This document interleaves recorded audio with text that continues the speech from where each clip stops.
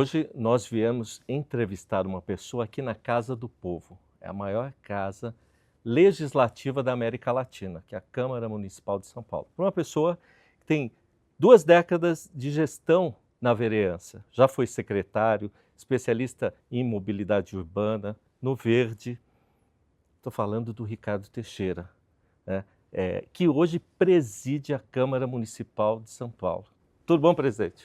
Obrigado, Valtinho, por estar aqui. É uma honra estar participando com você. Ele falou tudo isso, mas assim, mas eu sou amigo do Valtinho. Viu? Estar aqui na Câmara é uma alegria. Trabalhar por essa cidade, a beleza.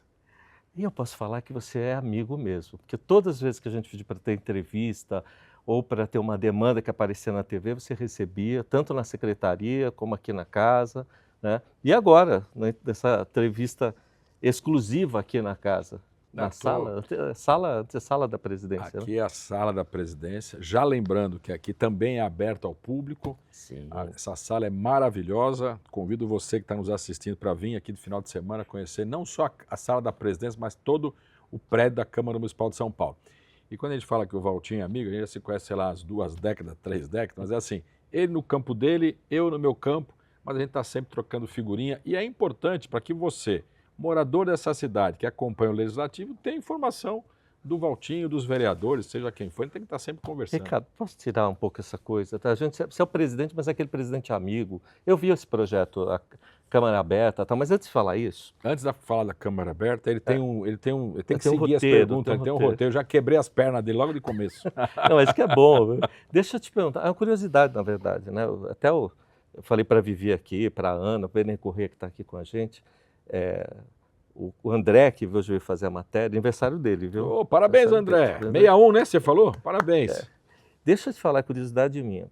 Todo mundo fala que o gestor público, né, para ascender um cargo desse, ele precisa passar pelas essas etapas, né? Então, no teu caso, você tem tem gestão como secretário, quer dizer, navegou pelo executivo, aí pelo legislativo está aí brigando por política pública, né? Tem vários projetos aí, alguns até como o Ricardão, né, que a gente está vendo, né? Tem outros, mas enfim, você precisa ter essa experiência para ascender à presidência de uma Câmara, porque essa é a maior Câmara da América Latina, né, com essa gestão toda. Não necessariamente, né? Não há esse pré-requisito como você coloca. Porém, todavia, contudo, eu acho que para sentar nessa cadeira de presidente, que eu estou ocupando desde 1º de janeiro, tem que ter uma experiência mínima de vida, de executivo, de legislativo, da cidade. Eu estou aqui no 6º mandato como vereador. Como você disse, já fui secretário de 3 pastas, né? Fui secretário de subprefeitura, fui secretário de transporte, fui secretário do meio ambiente. Estou aos 66 anos de idade, comecei a trabalhar com a coisa pública aos 17. Puxa. Então acho que tem que ter um mínimo de experiência para você ocupar a presidência do 6º maior parlamento do mundo. Aqui não é brincadeira, né? Você pauta aqui, você pauta todas as câmaras municipais do Brasil. Aqui a gente tem que tomar muito cuidado. Eu costumo dizer para os meus pares aqui, os outros 54 vereadores, que a gente aqui tem que ter cautela, a gente tem que ter todos os assuntos pautados profundamente, porque aquilo que a gente fizer aqui vai ser copiado por todos os municípios do Brasil. Isso é verdade. Né? Você tem, se fosse um jurídico, falar em jurisprudência de cópia, né? Porque como aqui você tem o tamanho da cidade, que a cidade de São Paulo é uma cidade-estado, né? Mais de 10 milhões de pessoas. Então tudo que você faz aqui, você movimenta um mundo. Então é natural e comum que as outras cidades, as outras câmaras, nos olhem como um exemplo a ser seguido. Então aqui a gente pode errar muito pouco. O ideal é não errar nunca. Mas a gente tem que tomar esse cuidado. E com todas as diferenças de partidos, de ideologias, de movimentos que acontecem na sociedade, é natural que aqui esses debates sejam também copiados pelas outras cidades. Você falou de diferença. Eu tenho uma pesquisa aí que fala que a população está muito latente hoje, né? Ou todo mundo é para um lado, é para o outro. Não quero ficar dando aí espaço para dizer que... eu não tenho como falar. Então, todo mundo é direita ou é esquerda. Mas o cidadão, ele, dentro de uma pesquisa ali, ele fala primeiro ali do judiciário, que ele acredita mais, no outro, por fim, a política. Você acha que, apesar dessas diferenças, o cidadão está participando tanto desses movimentos, ainda falta trabalhar mais essa imagem do político com a sociedade? Então, Primeiro, eu vou pegar essa questão de direita e esquerda. Eu acho que assim, o Palmeiras e Corinthians, o Flamengo e Fluminense, ele pode existir até a eleição. Depois da eleição, acho que todos temos que unir em prol daquele governo, executivo e legislativo, que vai governar sua cidade, seu estado ou o país. Não dá para a gente ficar 4 anos atirando pedra no gestor público, porque você vai estar destruindo o seu futuro. Então, eu costumo dizer, então faz de conta que eu estou num avião, a sei lá quantos metros de altura, e aí eu descubro que aquele piloto que está pilotando o avião, eu não gosto dele, ele é meu inimigo. Aí eu vou torcer contra esse piloto, ou seja, eu vou torcer para o avião cair. Que é mais ou menos o que acontece hoje no Brasil. Elegeram o Bolsonaro, aí todo mundo é contra o Bolsonaro. Agora elegeram o Lula, aí todo mundo é contra o Lula. Não dá para fazer isso, porque você está torcendo indo contra o seu país, você está torcendo indo contra o seu futuro. Então, repetindo, Palmeiras e Corinthians, ou Flamengo e Fluminense, até a eleição depois tem que ter uma união. E está levando o país ou a cidade numa condução única. Eu acho que isso passa pelo parlamento também. Aqui a gente tem todas as diferenças, né, de A a Z, não tem problema. Eu costumo dizer que aqui é uma pizza com 55 pedaços, e cada pedaço representa uma parte da sociedade. Verdade. E aqui a sociedade tem que ser ouvida, ela tem que ter voz, o seu parlamentar tem que falar, tem que conduzir, tem que criar política pública, tem que formatar seus projetos de lei e tal. E quem ganha? Ganha a maioria. Então você tem lá 55, da maioria dos projetos são 28 votos. Então, o projeto pautado pelo vereador da esquerda, da direita ou do centro tem que ter 28 votos, mas a gente não pode deixar de debater se vai passar ou não, se vai ser aprovado ou não, se vai ser ou não também passado pelo executivo e o prefeito sancionar a lei que foi aprovada aqui. Isso é um trâmite que vai levar por um período. Mas esta casa tem que estar debruçada para todos os assuntos que a sociedade paulistana tenha pautado. E tem sido, não vou dizer assim fácil, mas conduzir, criar essas pontes. Você cria ponte dentro da casa e tem que criar ponte com o executivo para as coisas funcionarem. Está sendo fácil? É assim, então, primeiro a posição do presidente. Eu sempre digo que eu sou presidente de um parlamentarismo. Aqui, maior parlamento, como você diz, da América, eu não posso ser um presidente sem ouvir os demais. Eu não posso ser um presidente que pauta tudo sozinho. Então, eu costumo dizer aos meus pares que eu sou presidente de todos e que a decisão será tomada em conjunto. Então, acho que é o primeiro exercício que a casa tem que fazer. Qualquer coisa aqui, a gente discute mais até que saia uma decisão coletiva.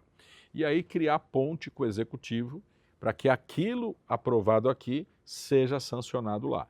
Isso também está sendo construído. Então, como eu te disse, estou aqui no 5º mês de presidente e vejo que a casa está trabalhando dessa forma.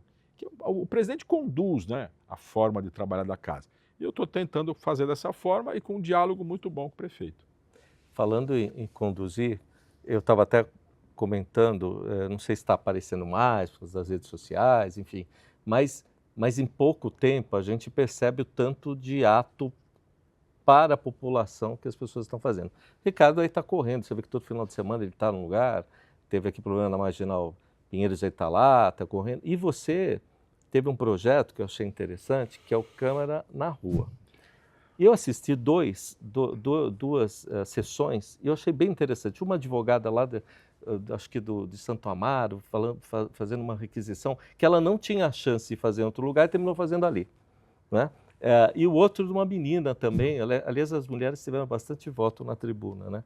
E você ali debatendo, que você está debatendo com o povo ali, você está levando, saindo daqui para lá. É esse o conceito? Você está fazendo gestão perto da população. Então, deixa eu contar rápido uma historinha aqui. Eu tenho um entendimento, aí é eu, né? Eu tenho entendimento, depois eu também posso ouvir você, a gente pode estar perguntando para os nossos telespectadores. É assim, hoje a população está muito longe do político. A população não se envolve mais em política. Você hoje, se fizer uma pesquisa, 6 meses depois da eleição, 70% não lembra em quem votou para vereador. Sério, é isso mesmo. 30%, ou seja, o restante, lembrem quem votou, mas não quer participar da política da sua cidade. Isso acontece para o Brasil todo. Então, o que eu enxergo? Que a democracia passa por um problema, passa por um risco. Porque a hora que você tem uma dissociação da população com os políticos, isso é muito ruim. A gente só existe por causa da população. Por que foi criado os governos? Para administrar essa quantidade de gente que vive numa cidade, no estado, num país. Então, o primeiro passo aqui, quando a gente chegou na presidência, é olhar para essa questão do pouco envolvimento da população com os parlamentares. Então a gente criou o quê? A Câmara na Rua. A Câmara na Rua, o que é? Aproxima a população dos seus vereadores. A cidade de São Paulo ela é muito grande. Então, São Miguel, que foi o primeiro Câmara na Rua, fica a 30 quilômetros aqui da Câmara Municipal. Parelheiros fica a 40 quilômetros aqui. A população não participa e ainda é longe, aí não sabe nem quem são os vereadores aqui da casa, o que a gente faz, qual é o trabalho que a gente faz. Então, o primeiro passo é isso, levá-los até lá para que a população participe desse dia a dia. Qual que é o segundo papel que a gente está fazendo aqui nessa aproximação da população com a Câmara? É abrir a Câmara, né? Que a gente falou aqui no começo. Esta sala aqui, ela é muito bonita. Este prédio, o Palácio Anchieta, ele é muito bonito.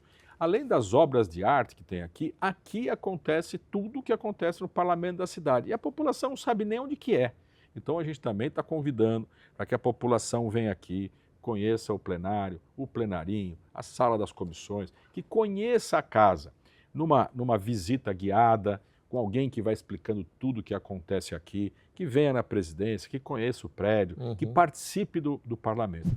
De novo, para aproximar a população da gente. E a terceira coisa é a criação de um aplicativo, que se Deus quiser, no final do primeiro semestre a gente vai entregar isso para a população, para que a população acompanhe tudo, eu vou repetir, tudo do Parlamento de São Paulo. Sério? Tudo. O que a gente faz, por que fez, por que não fez, como é que a casa funciona, o que está sendo votado, as comissões, os projetos, tudo o que está acontecendo aqui. Você pode me falar, Valtir, mas já tem um site, já tem isso, já tem aqui, está tudo solto por aí. E tem informação que para você conseguir, você tem que ser um hacker, né? Para buscar. Sim. E o que eu quero? Eu quero, não é só eu, né? Aqui a casa quer, que qualquer cidadão dessa cidade, que ele tenha um aplicativo, que ele tem um aplicativo para comprar comida, ele tem um aplicativo para acompanhar o seu vereador, para acompanhar a Câmara Municipal de São Paulo. Isso é ótimo. Então, ele vai clicar lá, pum, tá aqui. O que fez o Ricardo Teixeira? Como é que foi a presidência? Como é que são os projetos? Como é que são as sessões? Ele vai acompanhar tudo. Então, essas três etapas do projeto, para que é? É para que a população participe da vida da cidade. De novo, o meu receio é que a democracia passe por mais um momento que pode aparecer aí um super-homem, achando que resolve tudo e que a gente já sabe como é que é super-homem na história e a gente não quer que isso aconteça na cidade. Eu acho que é muito melhor a população voltar a participar com a agenda do dia a dia do que aparecer aí um super-herói querendo dar um golpe. Então, o que eu enxergo? Que a população está longe da gente. E o que a gente está tentando? Recriar aquele elo gostoso, participativo, sugestivo, de cobrança da população com a gente. Só para avisar um pouco, eu sinceramente estava estudando, mas eu não vi o aplicativo. Ele vai estar pronto. Então, é uma notícia criado, legal, hein? essa é nova, porque você vai procurar, por exemplo, eu fui dar uma olhada nos projetos, né? Você entra na Câmara, no site e vai lá ver os projetos. É difícil. Você, imagina uma senhorinha da periferia que queira acompanhar o meu mandato, não sabe nem por onde vai. Então, assim como ela tem um aplicativo lá de qualquer coisa, que hoje toda senhorinha, toda a população tem um aplicativo, ela vai clicar no aplicativo, eu quero saber como é que está o meu vereador, e vai aparecer tudo lá, ela vai acompanhar online tudo que a gente está fazendo aqui. Como é que foi essa história de abrir? Eu confesso que eu fiquei assim, né? Depois de toda a história que aconteceu, o pessoal abriu sem querer os lugares, não quero falar de... Mas teve a questão lá dos atos ali no começo. O pessoal entrou nas casas ali e detonou toda aquela situação e tal. E eu penso o seguinte, né? O sujeito que conhece a casa não vai quebrar uma coisa que tem 200 anos, né? Então, acho que isso aí é benéfico, porque a pessoa entra falando, isso aqui tem uma história envolvida. Como é que foi esse pessoal entrando aqui? Porque... Não, então, primeiro, as ideias elas nascem, mas tem que ter toda uma estrutura atrás. Então aqui nós temos a Polícia Militar, que 24 horas por dia está na casa. Também nós temos uma inspetoria da Polícia Municipal 24 horas na casa. O inspetor e o capitão, o Viana e o Alexandre, junto com o Vitor, eles estudaram essa questão da segurança. Uhum. Não só, como você disse, né, no 8 de janeiro, que aconteceu aqueles episódios bárbaros, né? Você concorda? Se a pessoa sabe o que aquilo representa, não, eu acredito que não fariam. Aquilo lá, para mim, foi um ato ponto fora da curva, Sim. né? Porque na história brasileira, o povo brasileiro não faz Faz aquilo. isso. Mas mesmo assim, nós tomamos muitos cuidados aqui. Obra de arte que tem aqui, patrimônio histórico que tem aqui.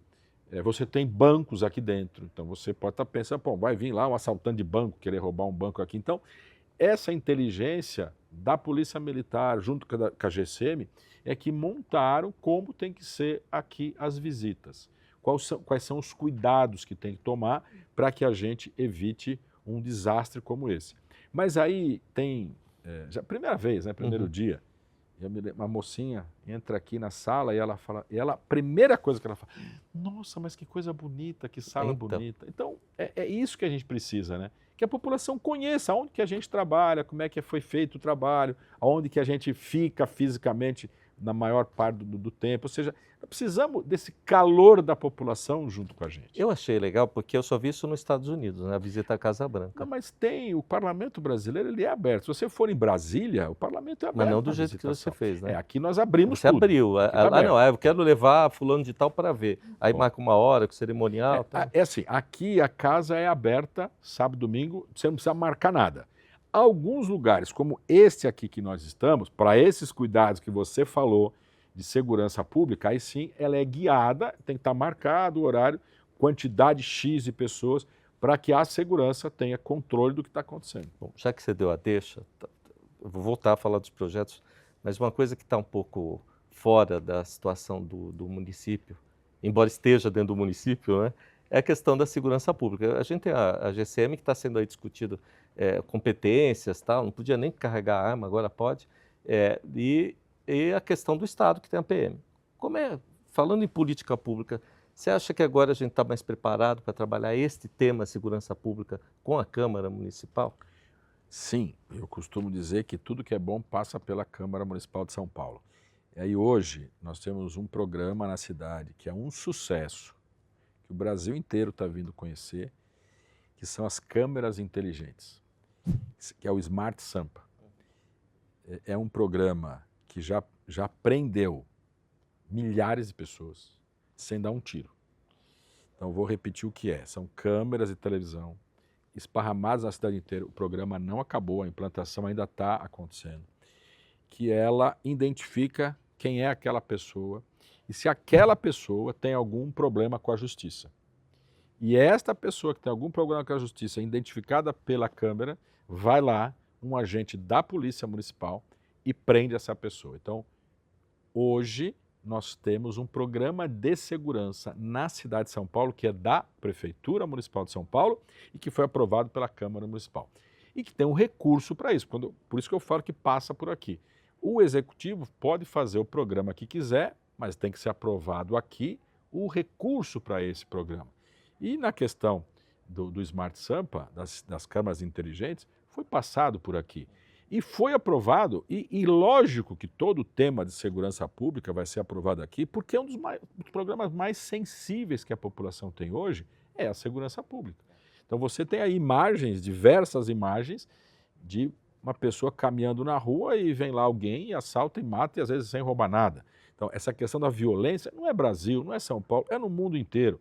Então nós temos que dar cada vez mais segurança para a nossa população. E aí eu dou um exemplo de um fato real, acontecido agora no Carnaval. Então, compare os dados do Carnaval agora com o Carnaval do ano passado na questão de segurança pública. A curva é tendendo a zero.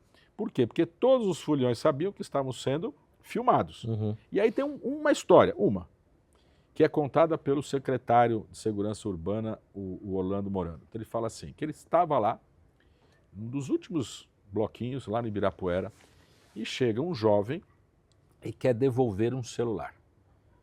E ele fala, olha, eu já tentei devolver lá na PM, mas a PM falou que é com vocês aqui na GCM.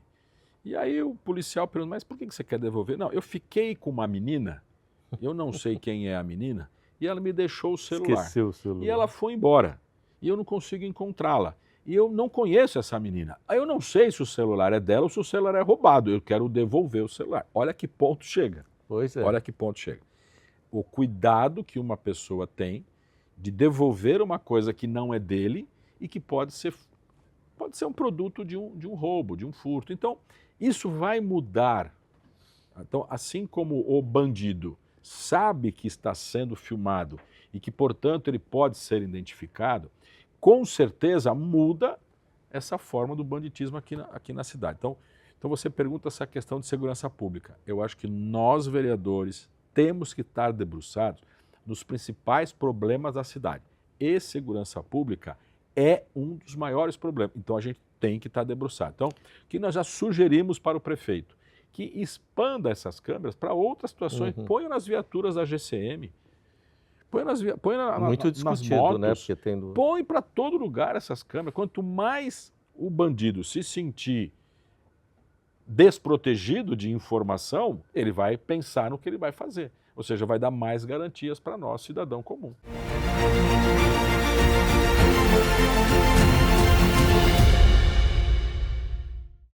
Atenção, Zona Norte! A Câmara na Rua vem aí! Desta vez, a estrutura completa da Câmara Municipal vai ser montada no Céu Perus.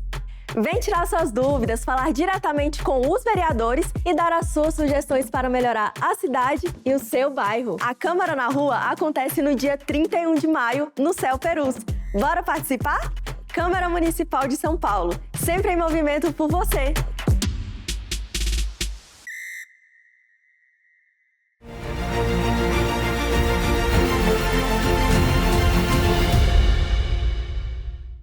Bom, você falou dessa situação da Câmara, eu comecei a lembrar dos carros. Aí lembrei também que você cuidou de mobilidade urbana, né? Então, eu estou fazendo esse link, porque São Paulo, se eu ver os dados, você pode me corrigir. Uma vez foi o presidente do Detran e falou para mim que em processo, a gente tem 44 milhões de pessoas no estado, tal, e 11 milhões de pessoas do 12 na cidade, e que tinha 11 milhões quase de licenças de carro. Deve ser um negócio louco para você poder trabalhar, porque se todo mundo sair junto, se o metrô não funciona, São Paulo para. Então, como é que é trabalhar isso? Eu estou fazendo esse link porque essas câmeras também vão achar muito carro que está com documento irregular, né? Dá para você comentar os dois? Então, vamos lá. Então, pegar a câmera para o documento irregular. Algumas cidades do Brasil e do mundo já têm esse equipamento. Então, você pega uma cidade pequenininha. Eu vou dar vários exemplos aqui, se você me der tempo. Mas eu pego uma cidade pequenininha. Você tem o tempo que você quiser. Entra um carro na cidade. A câmera está filmando, pega a placa. Sim.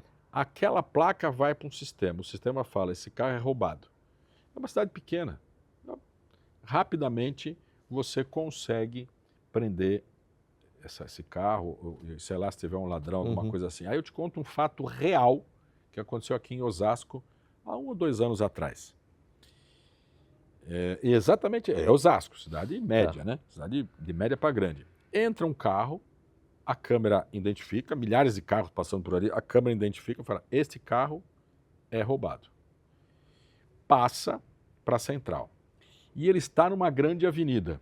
E nesse interim, eles identificam que aquele carro roubado, aonde tinha sido roubado. Olha só, eles jogam para a central de trânsito que começa a criar uma onda vermelha para que esse carro demore mais para andar naquela avenida, para que os veículos da polícia se preparem para prendê-lo. Tudo inteligente, computador funcionando. E eles conseguem, em alguns minutos, parar esse carro e prender. Era um dos maiores assaltantes de banco do país, que foi preso sem dar um tiro. Então, assim, quando você tem tecnologia para fazer as coisas, a coisa anda. Então, você falou da mobilidade, eu estou falando da mobilidade, pegaram os semáforos com as câmeras, jogaram juntas e deram resultado. Aí nós vamos falar agora do que você falou, né? 1,5 milhão de viagens só de motocicletas na cidade de São Paulo. Isso é uma coisa que todo mundo 1,5 milhão. Você tem hoje 7, quase 8 milhões de veículos licenciados para circular na cidade. Você tem as 38 cidades que formam a Grande São Paulo, mais a cidade de São Paulo, 39, que aí chegam em quase 22 E entra e sai da capital. milhões de pessoas.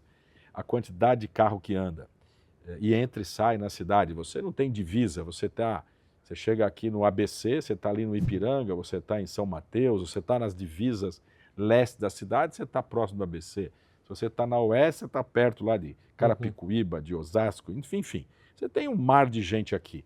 É evidente que você tem que ter regras semelhantes, você que tem que ter fiscalização simultânea nisso tudo, você tem que ter políticas públicas muito parecidas para que você não tenha diferenças de circulação. Ou seja, eu não acredito que São Paulo vai parar, e São Paulo, falando como um todo, né? E eu falo que não para por quê? Porque o ser humano é inteligente, ele não quer parar, não é que o trânsito vai parar e eu vou ficar parado dentro dele. Então eu enxergo que a gente não para porque nós não vamos deixar parar. Mas é uma quantidade de carros, e tem um limite, né? Nós temos 20 mil quilômetros de rua. Então é o que você falou, se a gente colocar os 10 milhões de carros, motos, caminhões na rua, não cabe. Então como é que vai fazer? Então o poder público tem que agir, o poder privado tem que agir, o ser humano tem que agir para que a gente crie essa mobilidade que a gente não pare a cidade. Nós temos muitos quilômetros de metrô sendo construído, nós temos muitos quilômetros de faixa de ônibus, corredor de ônibus sendo construído, mas tem uma coisa que eu falo isso há uns 30 anos. Nós vamos, e estamos fazendo isso, nós vamos distritalizar a cidade. E o que é isso? Eu vou viver, eu vou morar, eu vou me divertir, eu vou trabalhar, eu vou no hospital, eu vou no médico, eu vou em tudo no mesmo lugar. Então, essa coisa de morar na Zona Leste, trabalhar na Zona Sul, isso vem diminuindo. E os números são absurdos, Valtinho. Ó, eu tenho que falar devagarzinho. Muito cansativo. Dá uma olhada.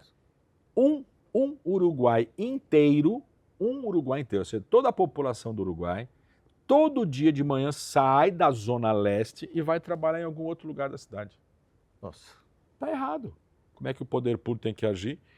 Nós já estamos, há muito tempo, criando incentivos fiscais para que indústrias, empresas se instalem na Zona Leste, porque lá tem mão de obra que as pessoas não têm que vir para cá.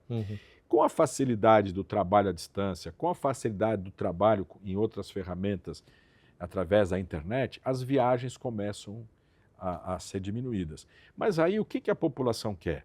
Você vai ficar 2 horas para chegar no lugar, 2 horas e meia, aí fica 8 horas trabalhando, mais 2 horas e meia para voltar para aquele lugar. Não, então aí é nós, que começamos a fazer tudo dentro de um raio de 5 quilômetros. Entendi. Então você mora num lugar e você trabalha a 5 quilômetros, você se diverte a 5 quilômetros, você estuda a 5 quilômetros, você vai no hospital a 5 quilômetros, você vive tudo nesse entorno. E aí o poder público, você pega o que o Bruno e o Ricardo Nunes fizeram nos últimos 4 anos, a expansão que você tem, por exemplo, na saúde. Você está tendo posto de saúde, hospital para todo lugar.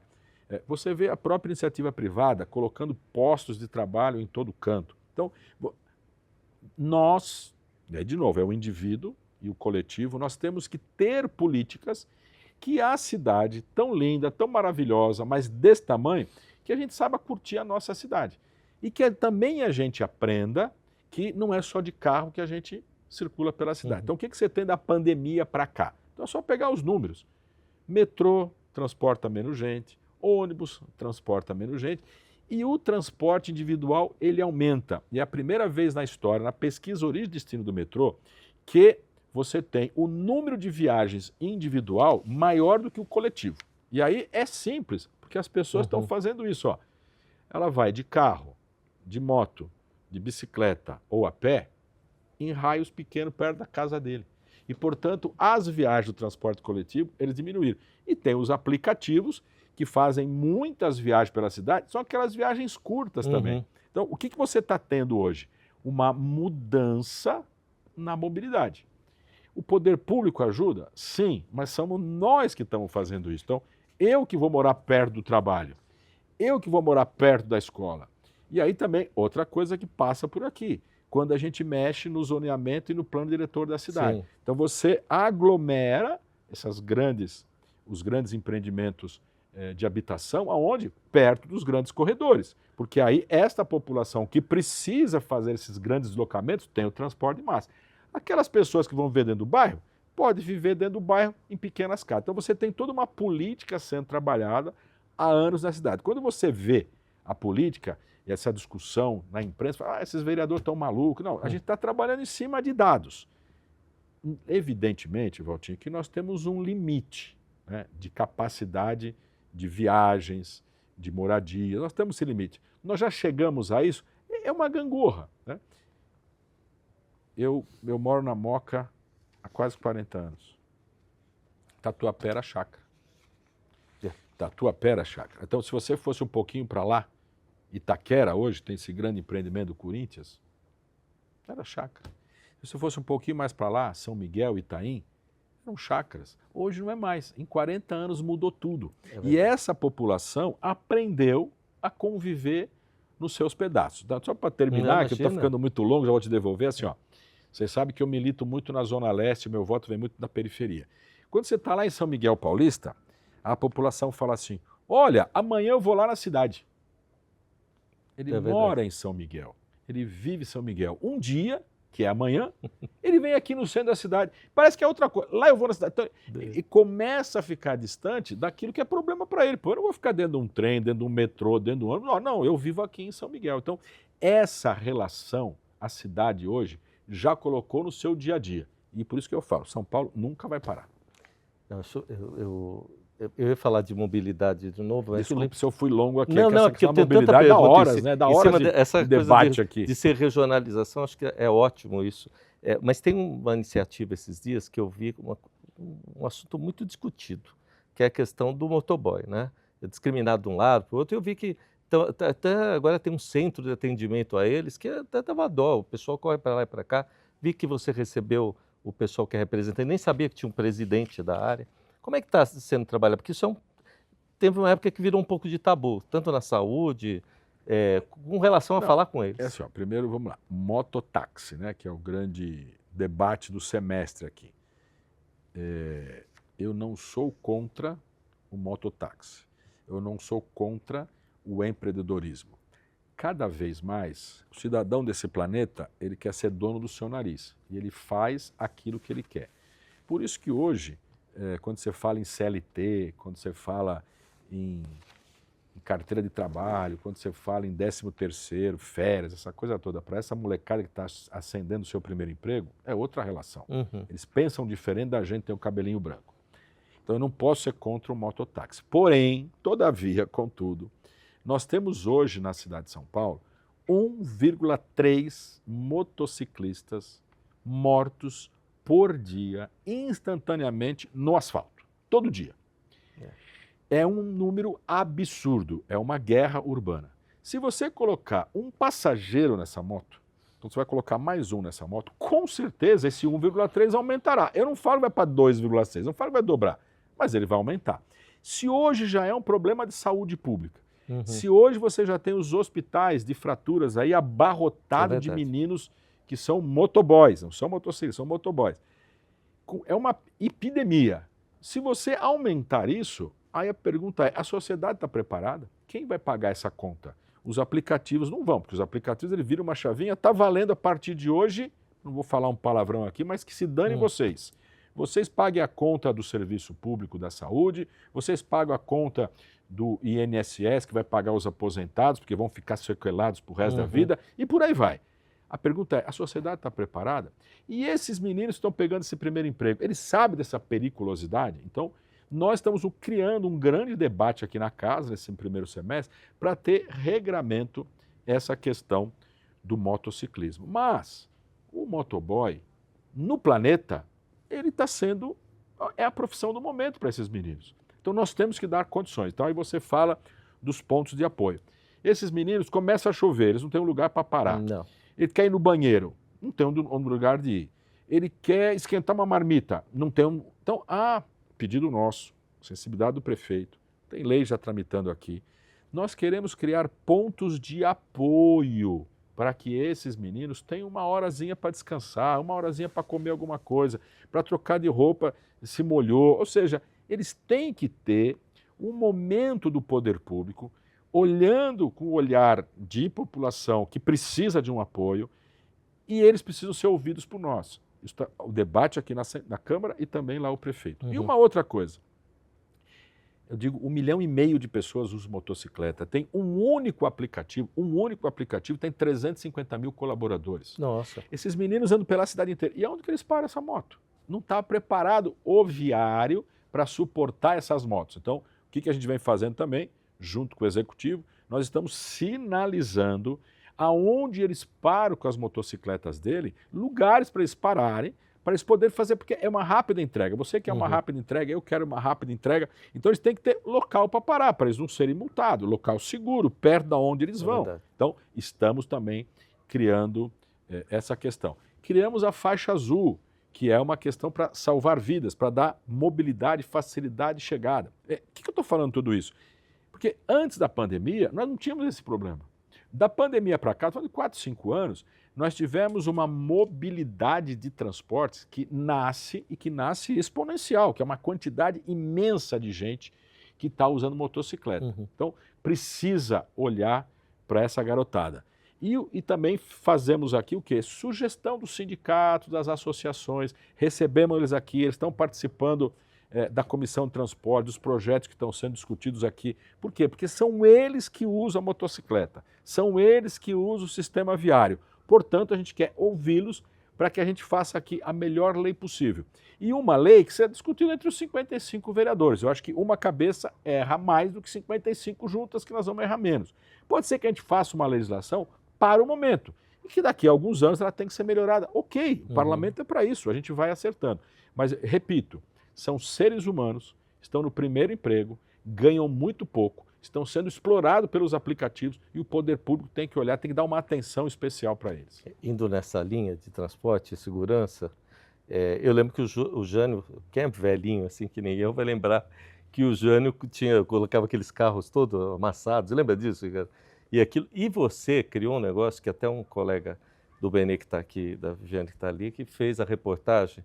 Eu não lembro se era o Tralli que fez. Tralli, César Tralli. O Tralli, que é o bonequinho, ele que descobriu, né, o Ricardão, né? Aquilo me assustou bastante, né? Eu passava e o cara tá vendo minha placa, andei a mais do que podia e tal, mas aquilo é um ícone. Você acha que esse tipo qual foi a repercussão disso, primeiro? Bom, o pessoal da Globo notou, você viu, né? Eu vou contar assim, ó.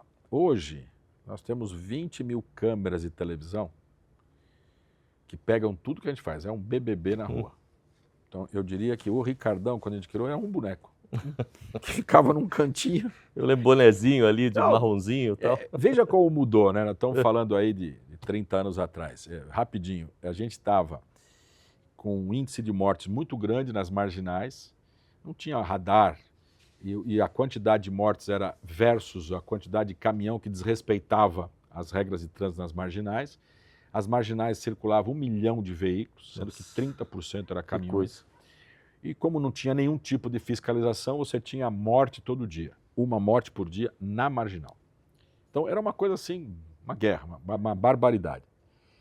E aí, o que a gente faz? A gente cria o efeito auréola, que isso era muito usado lá no Japão e também é usado na Inglaterra, e é usado até hoje. Se você põe um carro, um boneco, seja o que for, numa pista, em algum lugar, onde a distância de quem está chegando, você não sabe se é verdadeiro ou não, o que acontece? A pessoa faz tudo bonitinho. O cidadão tem que se sentir fiscalizado. Então ele faz tudo bonitinho e dava tudo certo.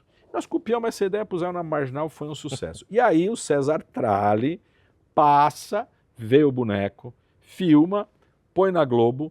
No dia seguinte, prefeito Paulo Maluf, secretário Getúlio Ranachiro e o Gilberto Lefeld, que era o presidente da CT, a gente faz uma coletiva e não tinha o nome, o projeto não tinha um nome. Quem é o nome do projeto? E aí uma menina, jornalista da Folha da Tarde, que nem tem mais, ela insistia com o presidente da CT, mas o projeto tem que ter um nome, o projeto tem que ter um nome. Falou, olha, então em homenagem ao criador, ao que fez o projeto, nós vamos botar o nome de Ricardão. E aí pegou e foi para o planeta fora. Eu me lembro que eu fiquei numa entrevista naquela época com a CNN que fala para o mundo inteiro, e eu estava com um parente meu lá na Itália. Na época não tinha celular, não tinha essa coisa toda. Eu chego à noite em casa, minha mulher falou, fulano ligou lá da Itália e tal. Problema de fuso horário, essa coisa. Mas eu liguei para ele e falei, o que você aprontou aí que você estava te vi aqui na televisão, do outro lado do mundo, dando uma entrevista, falando de Ricardão e tal. Então assim, mas você deu resultado, reduziu o número de mortes, etc e tal. Tá bom. O que mudou de lá para cá? O cidadão tem que ser fiscalizado em tudo. Nós já falamos aqui da câmera inteligente que pega o bandido, da câmera que pega você passando no farol vermelho, da câmera que pega você em excesso de velocidade.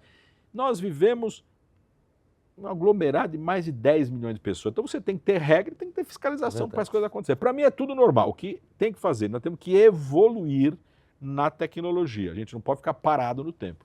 Falando de evolução, eu vi eu posso ficar horas falando, que eu adoro também posso ficar. O problema é que o nosso cameraman ali falou, 45 minutos, ele corta a nossa orelha. Vai aqui. falando pra gente, né? Mas é que essa conversa mesmo é de pé de ouvido, né? Eu falei com o Luciano, com o Benê.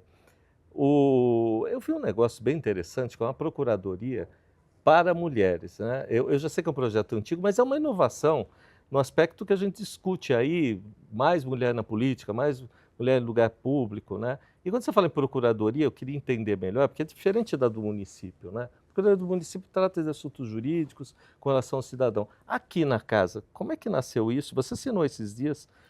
Como é que vai ser constituído? É um pleito antigo da sociedade e das vereadoras. Nós já temos algumas cidades da Grande São Paulo que têm a Procuradoria da Mulher.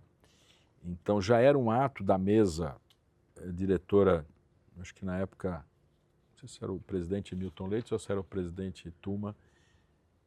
O que eu fiz então? Eu dei posse à primeiro grupo de vereadoras que está lá acho que é um projeto de lei, se eu não me engano, que todo início de legislatura você tem que dar posse para as vereadoras que ficarão durante os 4 anos à frente. Então tem uma procuradora e 3 procuradoras adjuntas. A procuradora é a Sandra Tadeu. E tem representatividade das outras 3 nas maiores bancadas de mulheres aqui na casa. É um pleito das mulheres, como você colocou, mas assim, não é só para o âmbito interno, mas para também olhar para fora, para criar políticas públicas para as mulheres. Nós temos aqui hoje 20 mulheres, nós temos quase 60% do eleitorado mulher, nós nunca tivemos uma mulher presidente desta casa, nós também estamos propondo que na próxima legislatura, dos 4 anos porque você tem eleição todo ano para a mesa diretora, que num desses 4 anos, pelo menos um desses 4 anos seja uma mulher presidente. Nós precisamos marcar a presença da mulher na gestão pública, na política pública, no controle dos grandes parlamentos, no controle do executivo. A mulher precisa tomar esse espaço. E nós estamos criando essas situações. E a Procuradoria é mais um desses passos para dar poder para as mulheres e criar política pública para as mulheres. Até a Carmen Lúcia elogiou. Verdade, porque, verdade. Foi interessante. Eu tenho uma outra iniciativa, que você achou um barato, que eu vi aqui, uma coisa que eu sonho, eu vi minha filha participando, mas porque a gente vive fazendo reportagem disso, mas é você abre a câmera para moçadinha vir... Parlamento Jovem. Parlamento Jovem, vir legislar. E aí vi que alguns projetos de lei você está assumindo. E aquilo eu achei bem legal, né? É participativo aquilo. É assim, isso já existe há N anos aqui, né? Você tem o Parlamento Jovem, as escolas escrevem projetos, vem aqui um dia, são 2 dias, na verdade, no ano, que as crianças estão aqui, os adolescentes, participam do plenário, lá embaixo. É uma eu vi, sessão... você botou todo mundo na sessão. É uma sessão normal. Depois recebeu aqui. Todo mundo debate e tal. E aí, já há anos que eu faço isso, os principais projetos, alguns projetos, a minha assessoria escolhe, primeiro a gente consulta os procuradores da casa, vê, tudo bem esse projeto e tal, porque tem projetos que a meninada faz que não vai vingar, né? Que a própria CCJ vai cortar. Então, aqueles principais projetos que os procuradores e a minha equipe entendem que dá para fazer esse encaminhamento, então a gente chama a escola, chama os pais, chama os alunos aqui, para que eles, entre aspas, nos permitam que esse projeto ande na casa, porque o projeto é deles. E aí eu vou ser o coautor de um projeto de um adolescente deles e vai passar pela Câmara. Então eles vêm um dia que recebemos eles, eu recebi eles lá no meu gabinete, agora estou recebendo eles aqui e é uma festa, é muito bonito, eles vêm aqui, se sentem importante, puxa vida, uma ideia minha pode virar uma lei. Aí eu Pois dou é. o número do projeto, olha, acompanhe online tudo que está acontecendo com esse projeto. Ainda brinco, ó, cutuca os outros vereadores aqui para votar a favor do seu projeto. Ou seja, a nossa passagem aqui, ela não é eterna, daqui a pouco a gente vai embora. Então, tem que estar vindo outros seres humanos para cá. Vamos preparar essas meninas, esses meninos para virem para cá ser futuros parlamentares. Ai, Ricardo, você viu? Você fala da COP e manda o seu recado final e fecha o programa você, porque não vai Puxa dar tempo vida, e eu hein? quero que você termine. Bom, o Valtinho me falando isso é uma responsabilidade danada. Primeiro assim, ó, a COP30 é o maior evento do meio ambiente que nós vamos ter. Eu não acredito que o mundo vai acabar, né, pelas mudanças climáticas, mas eu acredito que muitas espécies deixarão de existir por causa das mudanças climáticas. Aí eu vou brincar aqui, inclusive os cabelinhos brancos aqui, nós vamos ficar sensíveis a morrer mais Já tem fácil com as 3 mudanças aqui. climáticas, né? Então, assim, precisa ser discutido. É o maior evento na América. Nós somos o maior parlamento da América. Então, o que a mesa diretora, o que os líderes aqui decidiram? Que cada partido que tem representatividade aqui e que tem interesse de escrever um projeto, de acompanhar, de a Câmara estar presente lá na COP30, nós tiramos isso. O nosso chefe da delegação vai ser o Hélio, que é um vereador da causa do PT. Cada partido está indicando um e a Câmara Municipal vai ter a Vivi, que é a nossa jornalista, acompanhando pela TV Câmara tudo o que vai acontecer lá. Então, nós vamos levar projetos, nós vamos levar ideias, nós vamos levar sugestões, nós vamos discutir aqui antes o que nós vamos estar propondo. Os vereadores vão trazer ideias e projetos de lei para cá, se eu não me engano é novembro, né, a COP30, para que a gente continue pós-COP30 trazendo políticas públicas aqui para a cidade de São Paulo. Para mim, é o maior problema do mundo hoje, são as mudanças climáticas. Então a gente tem que ficar esperto, tem que ficar atento, nós temos que mudar a nossa forma de viver nesse planeta para que a gente não o destrua mais. Falando tudo isso, aí você me joga a responsabilidade para acabar o programa. Olha, eu estou muito feliz de ter participado, espero que não seja o último, não é o primeiro, eu espero que não seja o último. Quero participar mais com vocês. A Câmara Municipal está aberto à imprensa, a qualquer órgão da imprensa. O meu mandato, o mandato do vereador Ricardo Teixeira, idem à disposição de vocês. Contem comigo sempre. Lembrando que o meu mandato só vai até 31/12. A partir de janeiro do ano que vem, nós vamos ter um outro presidente aqui. Gente, eu não tenho mais nada para falar. Cara, aliás, tem muita coisa para falar. Tem muita coisa, mas não deu tempo. Eu queria te agradecer, você é uma pessoa fantástica, simpática. Obrigado, Valtinho. Obrigado. Dependendo de onde você está sempre atendendo a gente bem. Muito obrigado. Obrigado. Tchau, Fique com Deus. gente. Beijo no coração.